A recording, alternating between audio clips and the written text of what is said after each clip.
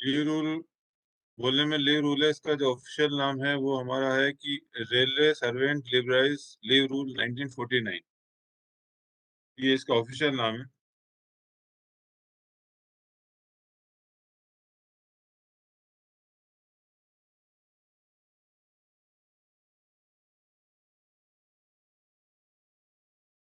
Rule 503 पहले बता दूं, जो लीव रूल आप अगर देखना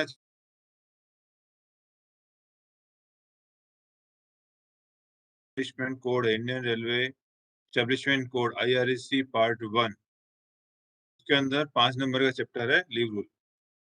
तो रूल 503 बोलता है राइट टू लीव।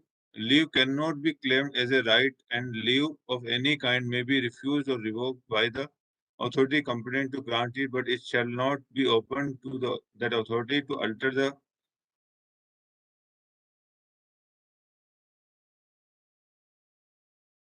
इसका मतलब ये है कि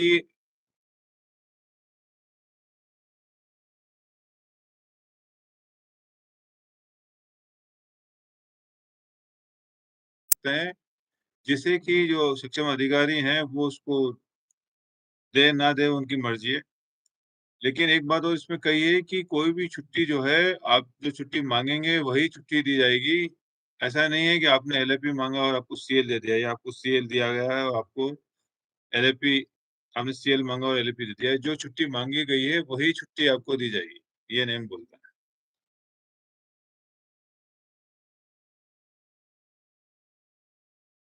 अगली बात जो है, इसमें क्या क्या छुट्टियां आती।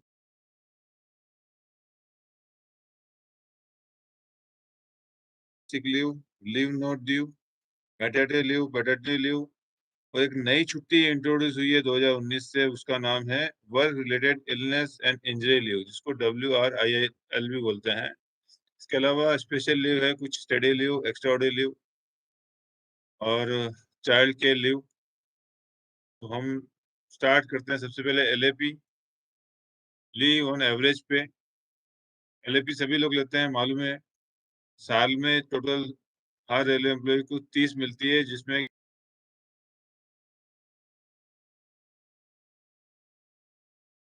छुट्टी आपको LAP चाहिए, आप रिक्वेस्ट करेंगे, लेकिन at a time maximum 180 days की ही छुट्टी मिलेगी, इससे ज्यादा LAP आपको नहीं मिलेगी।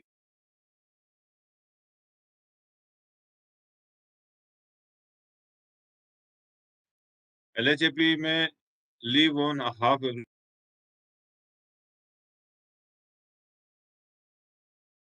साल में टोटल 20 मिलता है।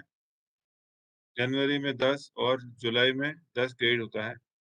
LAP LHAP भी एट ए स्टेज अगर हम लेंगे तो मैक्सिमम 24 महीने का मिलेगा, यानी 2 साल का मिलेगा। उसके बाद है commuted sick leave.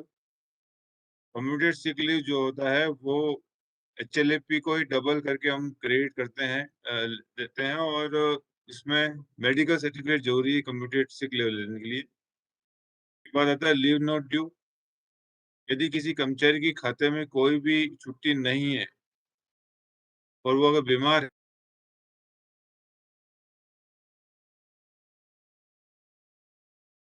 Leave not due मिलेगी। ये एक टाइप।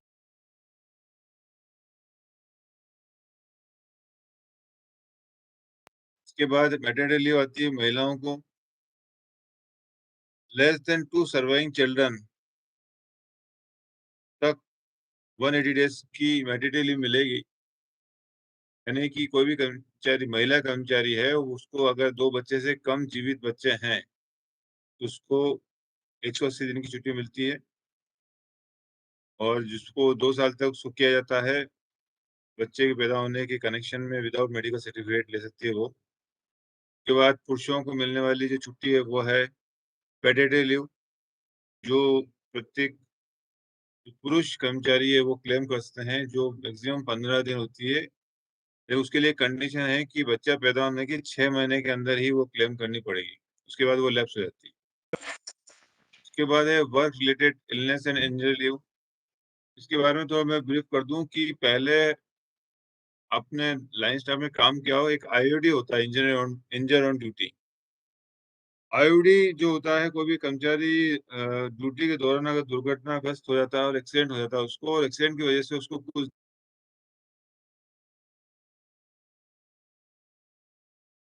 हॉस्पिटल लीव या स्पेशल डिसेबिलिटी लीव मिलता था, वो दोनों की दोनों छुट्टियां जो है अभी डिलीट कर दिया है। मतलब आज की तारीख में वो दोनों छुट्टियां अस्तित्व नहीं है। उनकी उसकी जगह पे नई छुट्टी जो है भारत सरकार ने इंट्रोड्यूस की है, जो उसको बोलते हैं work related illness and injury leave. ये छुट्टी तभी मिलेगी जब आप ऑन।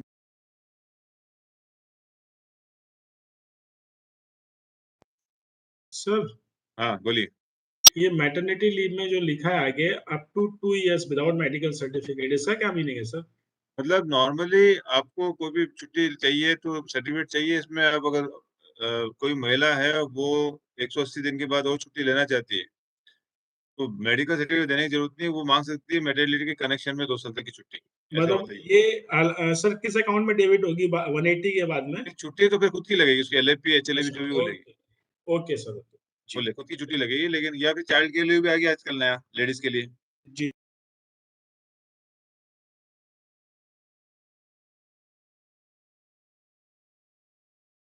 तो कोई भी रेल कर्मचारी जो है अगर अपने नौकरी के कनेक्शन में या सब, जिस सब्जेक्ट पे जो नौकरी करता है उसी के कनेक्शन में कोई स्टडी हाई स्टडी करना चाहता है तो उसके लिए स्टडी लीव मैक्सिमम 2 साल की मिलेगी।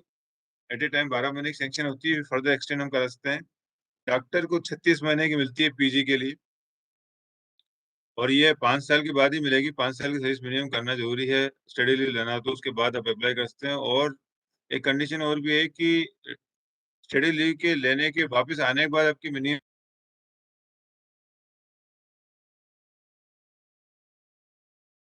सर्विस बाकी होनी चाहिए स्टडी लीव लेने के बाद। ये 2-3 कंडीशन है। एक होती है extraordinary leave to temporary release. मतलब पहले तो मैं रिलीज की बात कर देता हूँ, टेम्पररी की हम बाद में बात करेंगे। एक्स्ट्रा ऑर्डिनरी लीव किसी को मालूम है क्या होती है? ईओएल बोलेंगे इसको, एक्स्ट्रा ऑर्डिनरी लीव।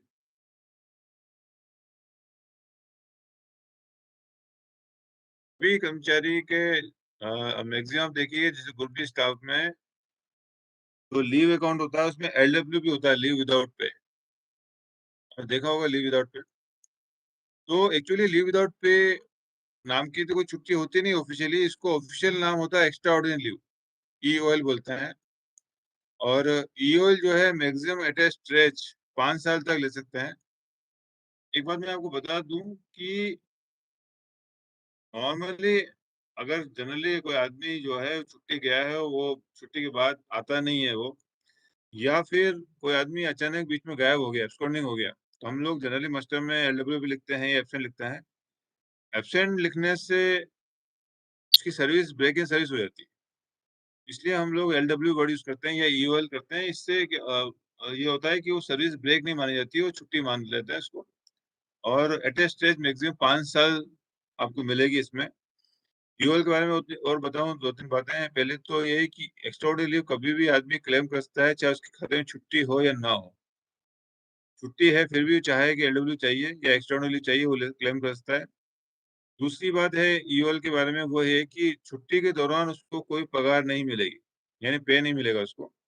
और वो जो पीरियड है एल ईओएल का, वो नॉन क्वालिफाइंग सर्विस में जाएगा, एक्सेप्ट अगर वो मेडिकल सर्टिफिकेट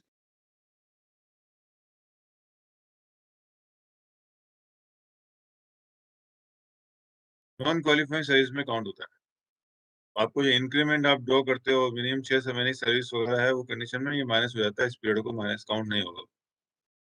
उसके बाद अगली छुट्टी है चाइल्ड केयर लीव। मैक्सिमम जो मिलेगी चाइल्ड केयर लीव महिलाओं को, वो मिलेगी 730 दिन। जब तक उनके बच्चे जो 18 साल के नहीं होंगे तब तक क्लेम कर सकते हैं वो।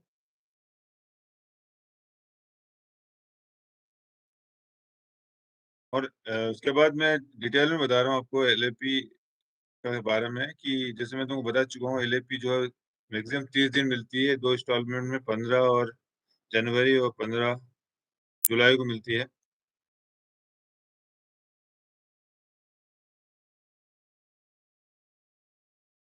अगर एब्सेंट बोलो, अब सीधे शब्दों में बात करें हम, तो उसकी हर 10 दिन के ऊपर एक एलएपी उसकी माइनस हो जाती है, रिड्यूस करते हैं हम। यानी कि हमको जो छुट्टी होती है वो एडवांस में क्रेडिट होती है। मान लीजिए अब जुलाई लग गया, आपको अभी आपका जुलाई लगा है, जुलाई गया है अभी पिछले महीने, तो एडवांस में 1 जुलाई को 15 क्रेडिट कर देते हैं। और जुलाई से दिसंबर के बीच में जितने दिन एब्सेंट होता है बंदा, उसकी फिर नेक्स्ट 1 जनवरी को उतने दिन की 15 में से माइनस कर देते हैं। मान लीजिए कोई बंदा 30 दिन एब्सेंट था, तो 30 दिन डिवाइडेड बाय 10 यानी 3 दिन। तो नेक्स्ट 1 जनवरी को हम जो क्रेडिट करेंगे वो 15 माइनस 3 करके 12 क्रेडिट करेंगे। तो कोई आदमी जॉइनिंग करता है जनवरी, फरवरी बीच के महीने कभी भी जॉइन करता है, तो उसको हर महीने में के 2.5 के हिसाब से उसको क्रेडिट करते हैं हर मंथ के लिए। एलईपी का मैक्सिमम जो हम इकट्ठा कर सकते हैं,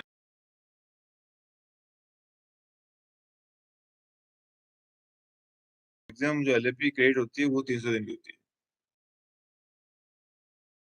और ये मैं आपको बता चुका हूँ, maximum LEP at a time 180 दिन मिलेगी आपको। ऑप्शन ऑफ स्टार्ट के लिए special provision half day LEP भी मिलती है। ये एक और रूल बताया हुआ है कि कोई भी कर्मचारी सभी छुट्टियों को मिला के मैक्सिमम 5 साल से ज्यादा छुट्टी इसको नहीं मिलेगी।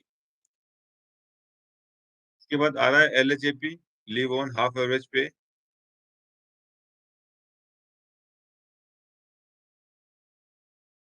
साल में मैक्सिमम 20 मिलेगी, 10 आपको जनवरी में और 10 जुलाई में क्रेडिट होगी।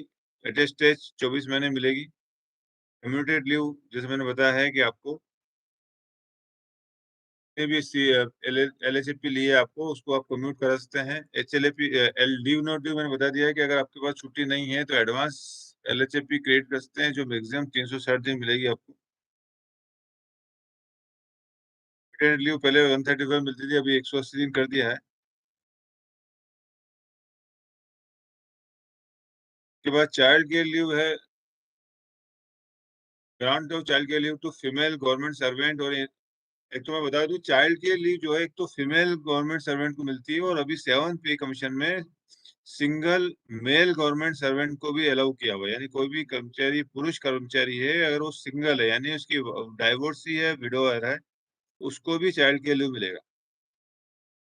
अलग अदर कंडीशन है कि 3 स्पेल से ज्यादा एक साल में आप 3 बार ले सकते हैं। In case of single female government servant, the grant of leave in 3 spells in a calendar year shall be extended 6 spells. अगर सिंगल फीमेल गवर्नमेंट सर्वेंट है, उसको 6 बार मिलेगी, मिल सकती है उसको। This leave shall not be debit against the leave account. इसको debit नहीं किया जाएगा जो नॉर्मल लीव अकाउंट है एलएपीएचएमए से, और इसके लिए सेपरेट सीसीएल का जो अकाउंट है उसको मेंटेन किया जाएगा। CCL can not be demanded as a matter of right and an employ can not proceed on CCL without prior approval. अन्य छुट्टियों की तरह सीसीएल भी एज ए राइट आप क्लेम नहीं कर सकते, और बिना प्रायर अप्रूवल के छुट्टी पे कोई भी कर्मचारी छुट्टी पे नहीं, सीसीएल में नहीं जा सकता। सीसीएल में not be granted for less than 5 days. पहले 15 दिन मिनिमम लेनी पड़ती थी, अब नए नियम में मिनिमम 5 दिन छुट्टी लेनी पड़ी, सीसीएल मिलेगी। ऐसा नहीं कि आपने 1 दिन 2 दिन 3 दिन मांगो। During the period of child के लिए female government servant and single male government servant shall be paid 100% of the salary for the first 365 days।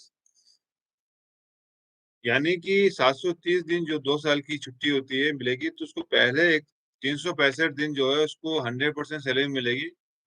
बाद के पीरियड के लिए उसको सैलरी का 80% ही पार्ट मिलेगा। ये पेमेंट के कनेक्शन की बात हुई। मैटरनिटी लीव जो है वो होती है, एक male railway servant with less than 2 surviving children may be granted paternity leave for a period of 15 days during the confinement of his wife। और ये 15 दिन जो है चाइल्ड बर्थ से लेके अप टू 6 मंथ उसको मिलेगा, उसके बाद लैप्स हो जाएगा। स्टडी लीव, अध्ययन छुट्टी, this leave is granted when there is a direct or close connection with the sphere of duties. It is likely to improve his ability as a railway servant. It is advantageous to government from the point of view of public interest and related to the duties।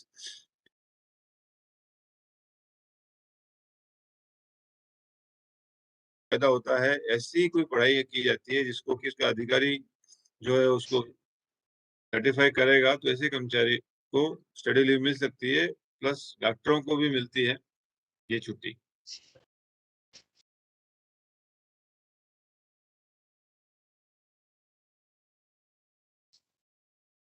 और ये छुट्टी का मैंने जैसे बताया हुआ है कि छुट्टी लेने के लिए मिनिमम 5 साल की सर्विस आपकी पूरी होनी चाहिए, इंक्लूडिंग प्रोबेशन पीरियड।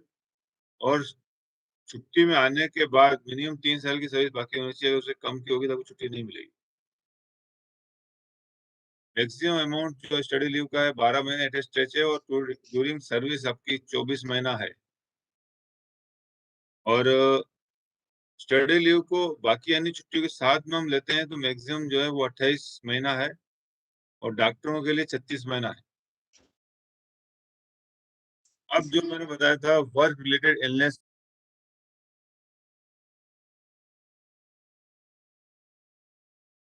जी जो स- LAP HLAP sick leave commuted leave, किसी को डाउट है उसमें? सर ये child care leave male person भी 18 साल तक ले सकता है क्या? हाँ, मेल भी ले सकता है अगर वो विडोवर है, डाइवोर्सी सिंगल है तो बंदा। हाँ ये और सर। वही कंडीशन वही होगी, बच्चा जो होगा 18 साल तक ही होगा, उसके बाद नहीं मिलेगा उसको।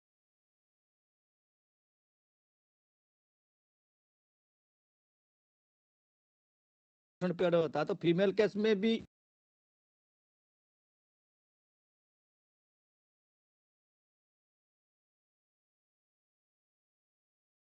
एक चीज मैंने बताया रह गया था, वो मैं बता दूं आपको कि कोई भी कर्मचारी जो छुट्टी पे जाता है, चाहे वो LAP में जा रहा है, HLAP में जा रहा है, चाइल्ड केयर लीव में जा रहा है, उस दौरान उसको क्या पगार मिलेगा, क्या सैलरी ड्रॉ करेगा, उसके बारे में भी कोड में लिखा हुआ है।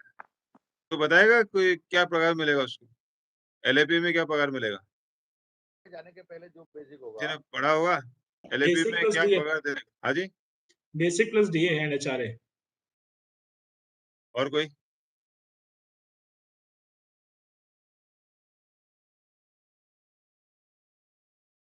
हमारे जो लेट डाउन पॉलिसी की हम बात करेंगे, लिखा हुआ सरकार ने क्या, सरकार ने लिखा हुआ है कि कर्मचारी छुट्टी के में जाने से इमीडिएट पहले, यानी आज आपकी 9 तारीख है, तो बंदा 10 तारीख से छुट्टी जा रहा है, 10 अगस्त से, तो 9 तारीख को जो सैलरी ड्रॉ करेगा वो सैलरी ही पूरी एंटायर छुट्टी में रहेगी। ये बात सरकार ने बोली है। LHAP में ये बोला हुआ है कि LHAP में जो पगार वो LAP में ले रहा है,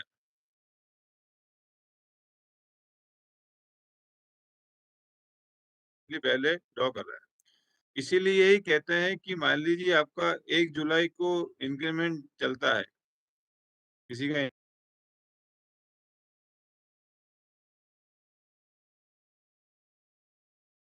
तो छुट्टी के दौरान इंक्रीमेंट ड्रॉ नहीं कर पाता, और 25 जून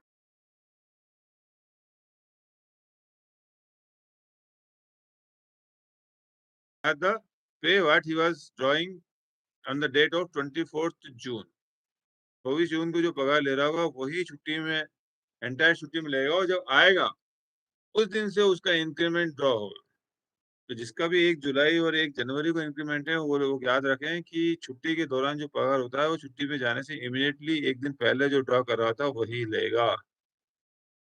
और सर ये 1 महीना अगर छुट्टी पे रहेंगे तो सर टीपीटीए मिलेगा नहीं सर? हाँ, ट्रांसपोर्टेशन अलाउंस का तो रूल है कि कैलेंडर मंथ, 1 महीना वर्ड नहीं है, कैलेंडर मंथ। पहले के इसी जमाने में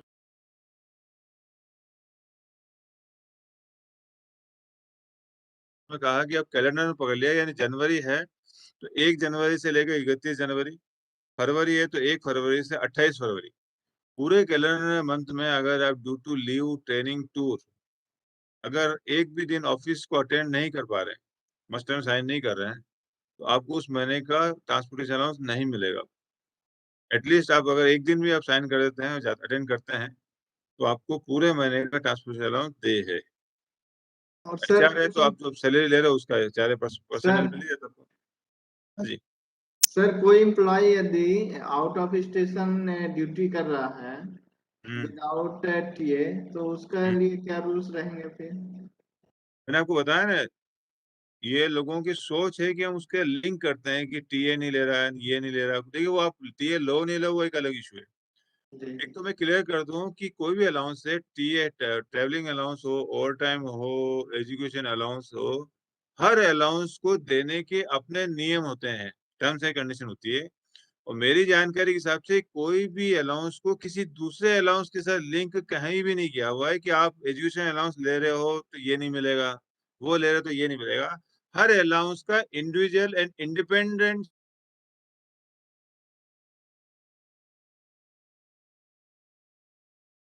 करते हो तो नहीं मिलेगा। दूसरा अलाउंस ले रहे हो तो ये मिलेगा, ये नहीं ले रहे हो तो ये नहीं मिलेगा, ऐसा कहीं कुछ नहीं लिखा हुआ है। तो आपको ट्रांसपोर्टेशन अलाउंस देने की कंडीशन ये है कि आपको उस महीने में एक दिन आना पड़ेगा, नहीं आया तो नहीं मिलेगा, चाहे आप टीए ले रहे हो, ओटी ले रहे हो, कोई भी अलाउंस ले रहे हो कि नहीं ले रहे हो। सिमिलरली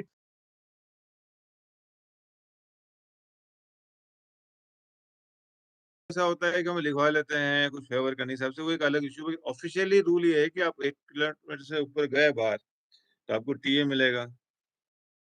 एजुकेशन अलाउंस के बच्चे अगर पढ़ रहे हैं तो एजुकेशन मिलेगा, जो भी कंडीशन। तो हर अलाउंस के अपने नियम है। एचआरए का अपना नियम है। बात निकली तो मैं बता दूं, एचआरए ड्यूरिंग लीव भी आपको मिलता है। कई लोगों को गलतफहमी होता है। अप टू 6 मंथ जो है आप छुट्टी पर होते हैं तो आपको एचआरए मिलता है, और 6 मंथ के बाद भी मिलता है, लेकिन 6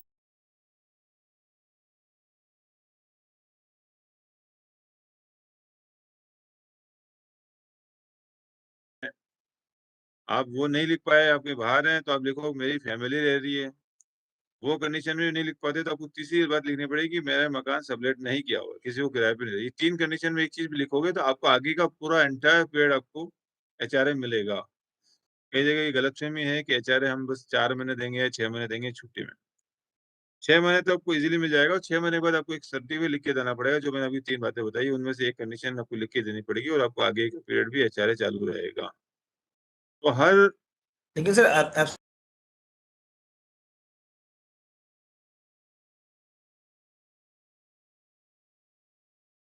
सैलरी भी नहीं मिलेगा तो क्या मिलेगा। आप एब्सेंट हो तो आपके खिलाफ डायरेक्शन लिया जाएगा, और आपका ब्रेक इन सर्विस होना चाहिए। करता नहीं वो अलग बात है। तो आपको देखिए बेनिफिट कोई भी लेना है रेलवे का तो रेलवे कर्मचारी बन के रहना पड़ेगा, और रेलवे कर्मचारी डेली।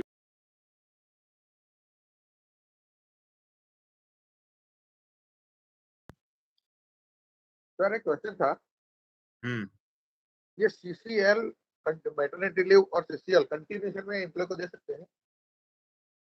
सीसीएल मेडिकली और पहले उन्होंने मतलब मैटरनिटी लीव 180 डेज क्लेम किया, और कंटिन्यूएशन में पूरा 730 डेज सीसीएल क्लेम कर रहे हैं एम्प्लॉय, हाँ तो कंटिन्यूस दे सकते हैं?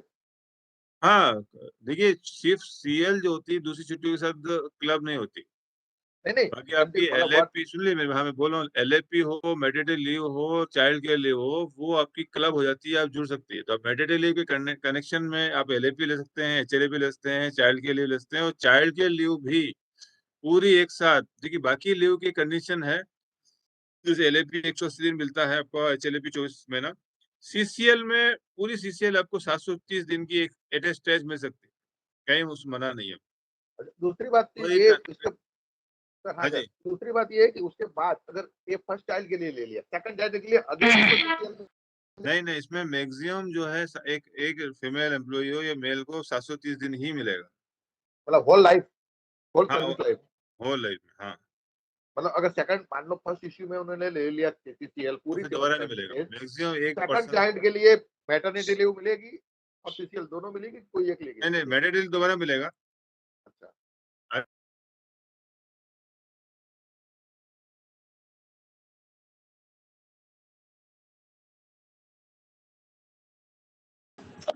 लाइफ चाइल्ड को दो life Sir, up to 2 surviving childs. हाँ, Surviving ये child, समझदार surviving बंदा बोला। child. Life child.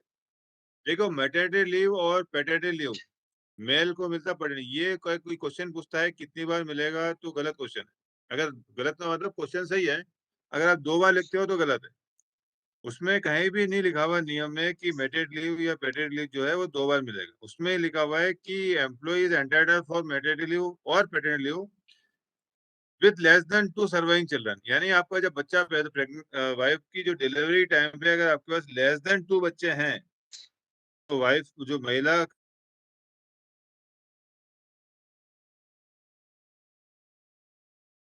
वो अनफॉर्चुनेटली एक एक्सपायर हो गया हो सकता है ना।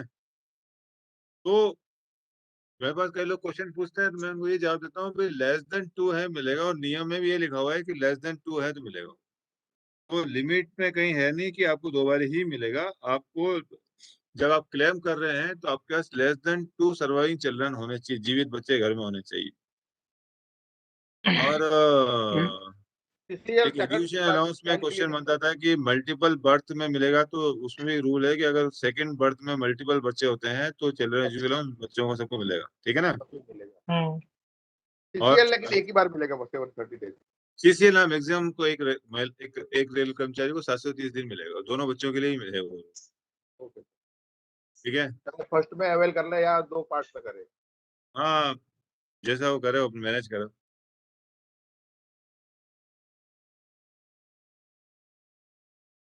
Authority competent to grant leave may grant leave work-related illness and injury leave to a government servant, whether permanent or temporary, who suffers illness or injury that is attributable to or aggravated in the performance of her or his official duties or in consideration of her and or his official position, subject to provision contained in Sub-Rule 1 of Rule 19 of this rule.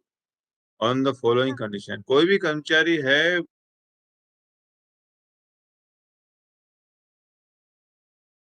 ग्रस्त हो जाता है और दुर्घटना के फलस्वरूप उसको hospitalise या छुट्टी लेनी पड़ती है, तो ऐसी कंडीशन में उसको WRIL मिलता है। और वो क्या क्या मिलता है, दोनों बेनिफिट क्या मिलता है बता हुआ है कि for officer the central arm police force full pay and allowances for 6 month immediately following the hospitalization, full pay only for the next 24 months. और for person below the rank of officer of the central arm police force full pay and allowances with no limit. ये मैं बता दूं, हमारे railway के लिए simple सा मैं बताता हूँ कि रेलवे में जो भी एंटायर हॉस्पिटलाइजेशन जितना भी है उसके लिए पूरा फुल पे मिलता है। और हॉस्पिटलाइजेशन के बाद फर्स्ट 6 मंथ जो होता है फुल पे मिलता है, फर्स्ट 6 मंथ के बाद नेक्स्ट 12 मंथ जो होता है वो हाफ पे मिलता है। और वो हाफ पे जो मिलता है नेक्स्ट 1 ईयर, उसको भी अगर फुल पे करना है तो आप अपनी HLAP को उसमें से डेबिट करा के नेक्स्ट पीरियड में HLAP माइनस होकर फुल पे ले सकते हैं। In case of a person to whom the Workmen Compensation Act 1923 applies, the amount of leave salary payable under WRS shall be reduced by the amount of। कोई rail कर्मचारी है जिसके ऊपर WC लागू होता है, वर्कमैन कंपनसेशन एक्ट, तो अगर उसका वर्कमैन कंपनसेशन एक्ट के तहत कुछ हाथ वाथ कट गया, टूट गया, कुछ भी रहा, उसका मुआवजा बनता है अगर, तो जो भी WRL छुट्टी 1 महीना 6 महीने जो भी छुट्टी उसने ली WRL, उसके दौरान जो सैलरी हुआ तो वो सैलरी उसमें से माइनस कर देंगे, उसके बाद जो बचेगा तब वही मुआवजा बचेगा। अगर कुछ नहीं बचता है तो कोई मुआवजा हमको नहीं देना उसको। जो इम्पोर्टेंट बात है WRL की, इसमें लिखा हुआ है नो अर्न लीव और हाफ पे leave shall be credited during the period that employees on WRL। यानी इस छुट्टी के दौरान आपको HLAP और LAP का क्रेडिट नहीं दिया जाएगा। फॉर एग्जाम्पल, आप 1 जनवरी से लेके 30 जून तक आप WRL में थे, यानी आपको इंजरी हो गई थी 1 जनवरी को, और 1 जनवरी से लेके 30 जून तक आप बेड पे रहे और आप 1 जुलाई से ऑफिस आए हैं, 6 महीने आपने पूरा लिया, तो 6 महीने आपको पूरा का पूरा पगार मिलेगा, फुल पे एंड अलाउंसेस मिलेंगे। लेकिन इस 6 महीने के दौरान आप जो 15 LAP और 10 HLAP जो आपको मिलती थी वो नहीं मिलेगी, ये बोलता है। WRL में किसको डाउट समझ में आ गया? अभी नेक्स्ट है आपका एक्स्ट्राऑर्डिनरी लीव। मैंने जैसे बताया था LWP, this leave is granted when no other leave is admissible or when railway servant applies in writing for grant of EOL। अगर कोई कर्मचारी के पास छुट्टी नहीं है या कोई अप्लाई करे तो EOL हम देंगे। टेम्परेरी रेलवे सर्वेंट के लिए जो है वो इससे ज्यादा नहीं मिलेगी, 3 महीने ज्यादा नहीं देंगे। अगर मेडिकल सर्टिफिकेट नहीं है तो, अगर मेडिकल सर्टिफिकेट देता है तो 6 महीना, TB लेप्रोसी ये कैंसर के मामले में 18 महीना मिलेगा, high study with 3 years country service along with bond के मामले में 24 महीना तक मिलेगा। अब आता है हमारा लीव एनकेशमेंट, सभी कर्मचारी लेते होंगे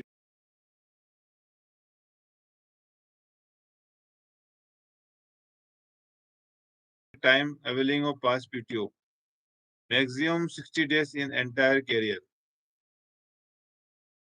Successive leave encashment cannot be made before the lapse of minimum period of 2 years। ये पहले 2 years था, अभी नया नियम आ गया है कि ब्लॉक बना दिए हैं कि 1/9/2008 से लेके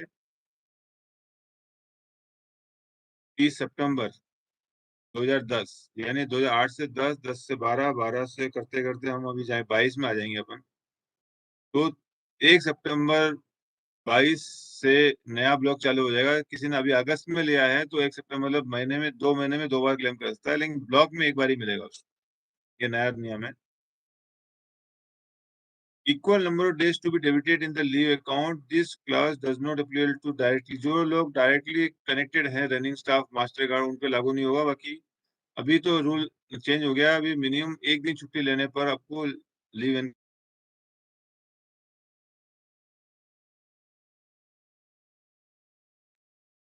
लीव एनगेजमेंट के बारे में किसी को डाउट है?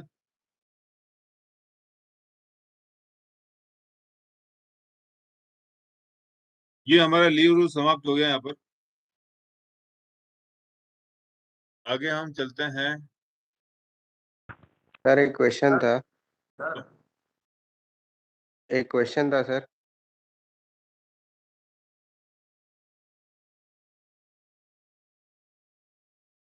है उससे पहले लीव ले लिया तो जब तक रेज्यूम नहीं करेगा तो सेम केस सीएल में भी होता है क्या सर? जैसे अभी जुलाई में इंक्रीमेंट है किसी का। हाँ, कोई भी छुट्टी के दौरान देखिए सीएल का स्पेसिफिक कहीं लिखा नहीं है। और मैं आपको एक बात बता दूं कि लीव रूल जो हमारा 5 नंबर का चैप्टर है उसमें सीएल कवर नहीं होता है।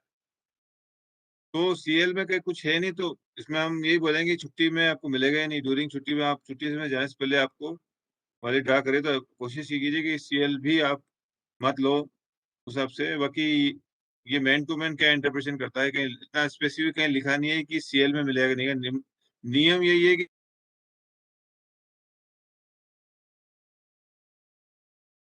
दिसंबर है, अभी लैप्स हो जाती है सीएल और फर्स्ट जो कंटिन्यू में ले रहा है, मतलब अभी 29 दिसंबर से अगर वो 5 दिन का सीएल ले रहा है तो हाँ। फिर किस टाइप से उसका डिडक्ट होगा? जैसे 7 सीएल उसकी बची है दिसंबर एंडिंग में, सीएल 7 सीएल बची है तो आपकी 31 दिसंबर को खत्म हो जाएगी ना सीएल। खत्म हो जाएगी। फिर जो अगली जनवरी से जो काउंट होगी तो जो नया उसका जो आया होगा उसी से डिडक्ट का वो काउंट हाँ जी, होगा हाँ ना? जी, हाँ जी, हाँ और जी। वो आपको इस साल की सीएल इसी साल लेनी है आपको। और वो 31 कंटिन्यूस दिसंबर में तक। मतलब हाँ, ले सकते हैं कंटिन्यूस, मेरे हिसाब से कोई ले दिक्कत सकते हैं नहीं। ना? हाँ हाँ जी, ठीक। हाँ जी, कोई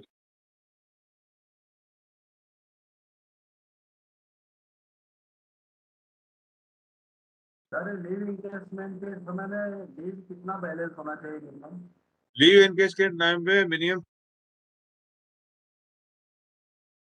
लीव एनकेजमेंट में जो कंडीशन है मिनिमम आपको पास पीटीओ जो है वो आपको लेना है। और अभी नया रूल आ गया है, पहले पास पीटीओ अवेल करना वर्डिंग लिखा था जिसमें ये कहा गया था कि पास पीटीओ लोग क्या करते थे, पास पीटीओ लेके जर्नी नहीं करते थे, ब्लैंक रख लेते थे और अवेल करते। अभी नया क्लैरिफिकेशन आ गया कि अवेलिंग का मतलब आपको टिकट लेना है।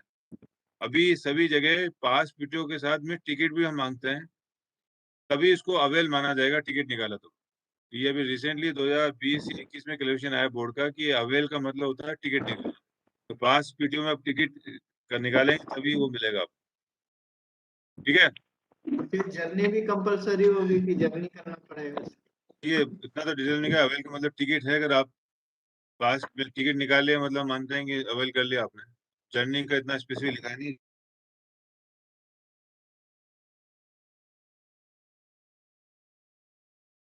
हाँ, सर अगर कोई एम्प्लॉय ट्रेनिंग के लिए जाता है फिर वहीं से वो छुट्टी जाना चाहता है, 10 दिन की ट्रेनिंग है तो वो छुट्टी दे सकते हैं क्या, अवेल कर सकता है? हाँ, ले सकता है। एक नियम मैंने पढ़ा था, बता दूं आपको, अपने निगाह से क्वेश्चन पूछा है कि कोई कर्मचारी ट्रेनिंग से जाता है और सीएल लेता है। आप ट्रेनिंग में कहीं जाते हो, जैसे अहमदाबाद वाला बंदा बॉम्बे गया हुआ है, बॉम्बे ट्रेनिंग से सीएल लेता है और वापस आता है, तो जो पास हम यूज करते हैं ड्यूटी पास, ठीक है ना, हाँ जी। आप सीएल लेके ड्यूटी पास को वापस ले आ सकते हो उसी ड्यूटी पास में सीएल लेके। लेकिन आपने एलएपी लिया है तो फिर एलएपी के बाद आप ड्यूटी पास यूज नहीं कर सकते, फिर आपको खुद की पास लेना पड़ेगा। वो मैंने कहीं पढ़ा है, रूल है क्लियर। और नहीं, एक चीज और पूछना चाहता था, जैसे उसकी ट्रेनिंग खत्म हो गई, आज खत्म हो गई, फिर वहीं से वो छुट्टी जाना चाहता है 10 दिन की, तो वो भी जा सकता है? हाँ, जस्ट छुट्टी तो कभी कहीं से कोई मना है ही नहीं, छुट्टी मिलनी चाहिए, बस उसको सैंक्शन होनी चाहिए। सर कुछ सीआर के बारे में बता दीजिए, सीआर का जो वैलिडिटी होती है कब तक होती है? सीआर की देखिए मैं बता दूं, सीआर के बारे में दो चीजें हैं। एक कॉम्पेंसेटरी ऑफ होता है और एक कॉम्पेंसेटरी लीव होता है। कॉम्पेंसेटरी ऑफ वहां लगता है, वैसे तो एचओआर का सब्जेक्ट में शायद बाद में नेक्स्ट तो शाम को पढ़ाऊंगा मैं आपको, लेकिन अब बताता हूँ।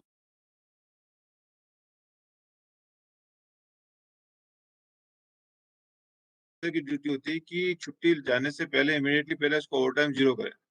ओवर टाइम जीरो करने के लिए जो हम एडवांस में जितना भी उसका ओवर टाइम बना है उसको हम जीरो करने के लिए उतनी दिन की कॉम्पेंसेटरी ऑफ लगाते हैं, वो आगे लगेगी आपका। और कॉम्पेंसेटरी लीव जो होता है वो इन लीव ऑफ आपका रेस्ट सस्पेंड जो होता है, किसी वजह से आप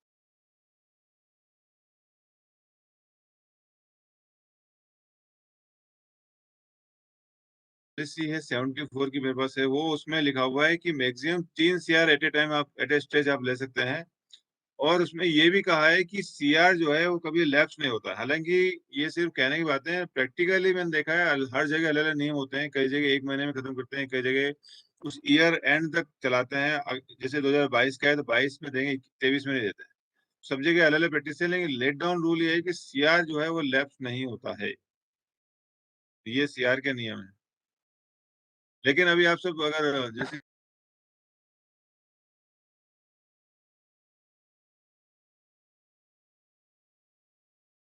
की जो स्टाफ है, जो सबऑर्डिनेट स्टाफ है, देना उनको तो सीआर पड़ता है आप दे सर, सकते हैं। देना तो पड़ता है।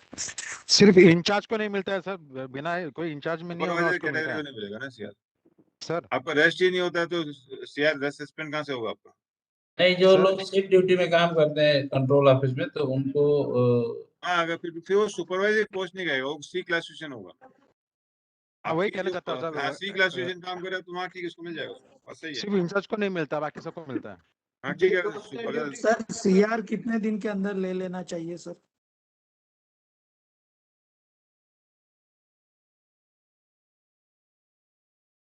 एवरेजिंग पीरियड में नहीं दे पाते हो तो 1 महीने में रूल मैं बता देता हूँ आपको। जो मैंने आपको बताया ना 74 का एक सर्कुलर मेरे पास है, उसमें लिखा हुआ है कि कोई भी रेस्ट फॉरगोन होता है तो with in same averaging period लेना आपको। अगर आप एवरेजिंग पीरियड में नहीं ले पाते हैं तो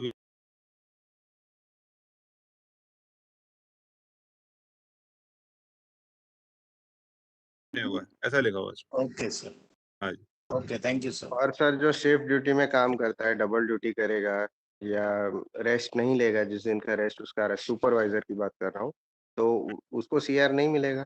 सीआर नहीं मिलता, सुपरवाइजर सीआर नहीं मिलता। नहीं, जैसे अभी एसएससी इंचार्ज के अंडर में काम कर रहे हैं शिफ्ट ड्यूटी में, जैसे मान लीजिए मैं ही हूँ टेस्ट रूम में, अब मेरी ड्यूटी शिफ्ट में है, अब मैंने आज मॉर्निंग किया, फिर इंटर करना है सेम डे, तो मेरी तो डबल ड्यूटी हो जाएगी ना उसमें।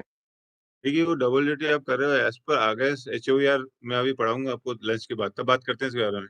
जी ठीक है। लंच के बाद HOAR है, फिर हम उससे बात करते हैं, ठीक है ना? नहीं तो मेरे अभी सब्जेक्ट रह जाएंगे अभी।